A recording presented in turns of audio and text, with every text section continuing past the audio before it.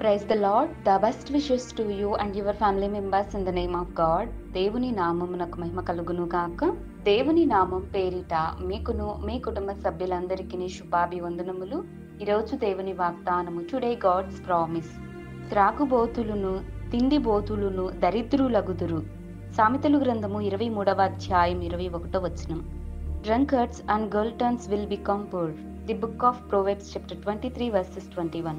క్రీస్తునందు ప్రియా సహోదరి సహోదరులారా, ఈ ఉదయకాల సమయంలోనూ చాలా మంది తమ వ్యక్తిగత జీవితాలలోనూ చెడు అలవాట్లకు బానిసయ్యి అతిగా మద్యపానాన్ని సేవించడం, చెడు అలవాట్లకు బానిసగా బ్రతుకుతూ తిండిబోతులుగా మారుతూ కుటుంబాలను నాశనం చేసుకొని దరిద్రులుగా తయారవుతున్నారండి.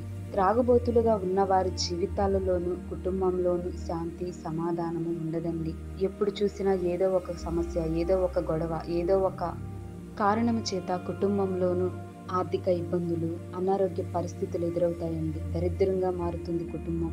ఇలాంటి వారి వలన కుటుంబాలలోనూ నెమ్మది లేకుండా పోతుంది. శాంతి సమాధానము సంతోషము ఆనందము ఇవన్నీ త్రాగుబోతుల వలన తిండిబోతుల వలన సమస్తము నాశనమవుతుందండి. కనుక అలాంటి వారు ఎవరైతే ఉన్నారో దయచేసి వారు మారు మనసు పొందాలండి.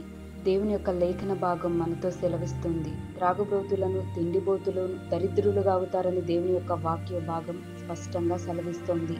మరి ఎందరైతే ఈ దినమున చెడు అలవాట్లకు బానిసై ఉన్నారో దయచేసి ప్రతి ఒక్కరూ మారు మనసును కలిగి దేవుని యొక్క మాటలకు లోబడి దేవుని యొక్క సన్నిధానమును చేరి దేవునిని ఆరాధించినట్లయితే దేవుడు తప్పకుండా మిమ్మల్ని అందరినీ క్షమిస్తాడు. ప్రతి ఒక్కరికి మారు మనసును కలుగు చేస్తాడండి. పాప క్షమాపణ దేవుని ఎదుట ఉన్నది. కనుక ఇకనైనా మారు మనసును కలిగి కుటుంబాలను కట్టుకొని కుటుంబాలలోని సంతోషమును ఆనందమును దేవుడు దయచేస్తాడు. కనుక ఇటువంటి చెడు లక్షణాలను ఎవరైతే కలిగి ఉంటారో అట్టి వారందరూ దరిద్రులవుతారని దేవుని యొక్క లేఖనం స్పష్టంగా మనందరితో మాట్లాడింది. కాబట్టి దేవుడు ప్రతి ఒక్కరికి మంచి జ్ఞానమును మంచి బుద్ధిని దేవుడు అనుగ్రహించునుగాక.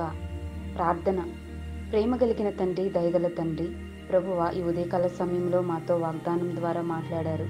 ప్రభువా ఎవరైతే త్రాగుబోతులుగా ఉంటూ తిండిబోతులుగా ఉంటూ దరిద్రులవుతున్నారు, దయచేసి వారందరి జీవితాలలోనూ వారు చేసిన పాపములను బట్టి చెడు అలవాట్ల నుంచి విడుదలను దయచేయండి.